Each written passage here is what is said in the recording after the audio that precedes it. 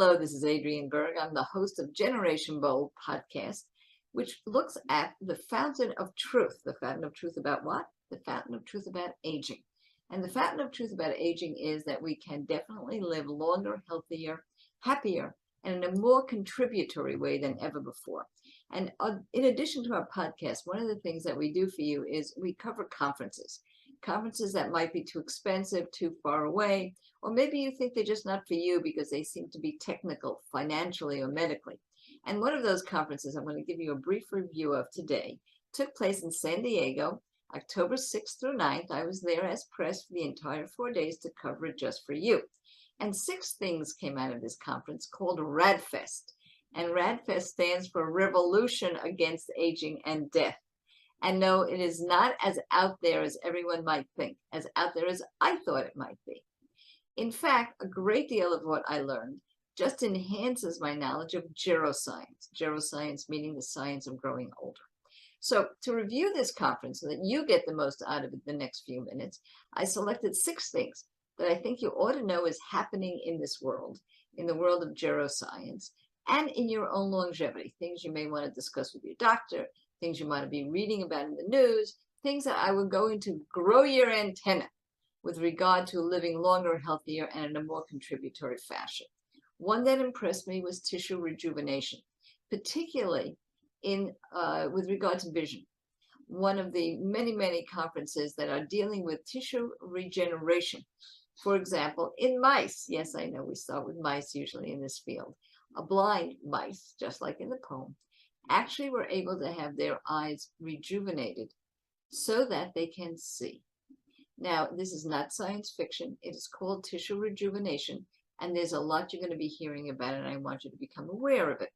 A second thing that I knew very little about, even though I've been studying geroscience, and in fact, I was the executive director for 2 years until last February of Catalyst Institute. Now I'll be following their conference for you later on. But one thing I had not heard of much about was exosomes.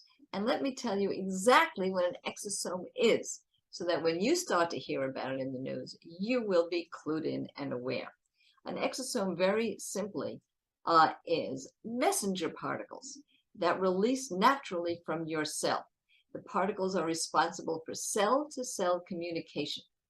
Exosomes carry genetic information and proteins to cells throughout your entire body, and they create pathways for communications between cells.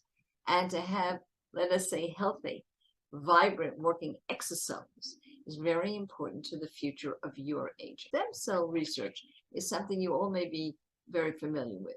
It's controversial at some points. It was not allowed in the United States at some points. And now it is, and it's accepted for many types of diseases and problems. But there's a contingency that believes that stem cell replacement will help you with things like your arthritis, your rheumatoid issues, but maybe also how long you will live and how healthy you will be. And you may be reading in magazines about very wealthy people taking stem cells of their own and repurposing them back into their own body. You know, they used to be the old your place or mine. Well, today there are stem cell locations in different parts of the United States and also the world that harvest stem cells and will do stem cell work for you. It's extremely expensive right now. It's untested and it's not covered, but it is in the geroscience news. Epigenetics. Now, let me go backwards one step. There are hallmarks of aging. There are things in your body happening right now that you could understand even if you're not a geroscientist that tell you how well you're aging. One of them you'll know right away, and that is your immune system.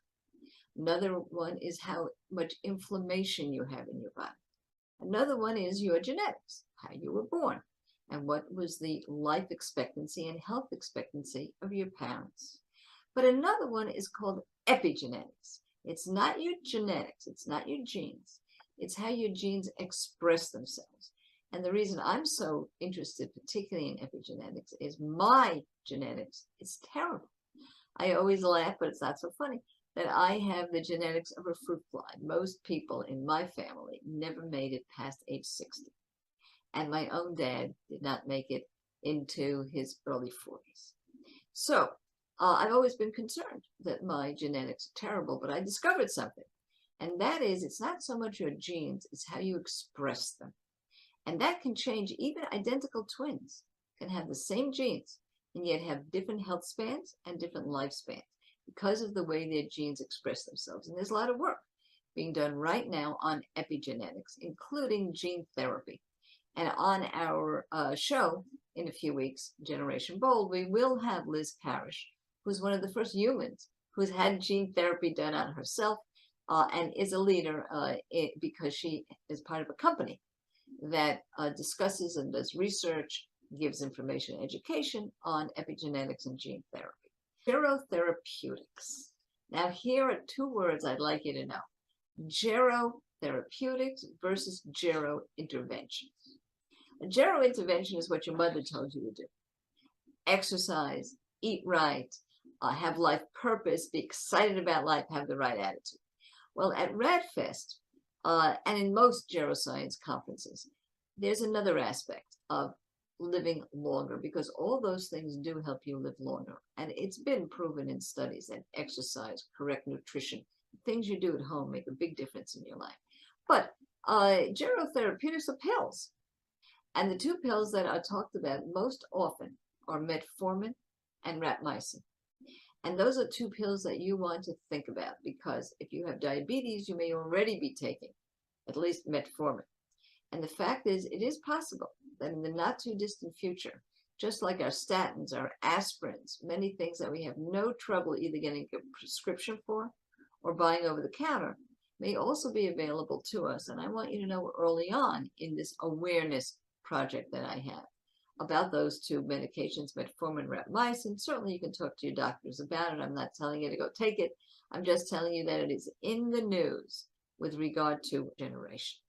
Thank you so much. Don't forget to like us right here on YouTube. Don't forget to go and have a nice rating after you listen to some of our shows on iTunes. And what I say every week on my podcast is, get out there, kids, and make it happen. I'm inappropriate.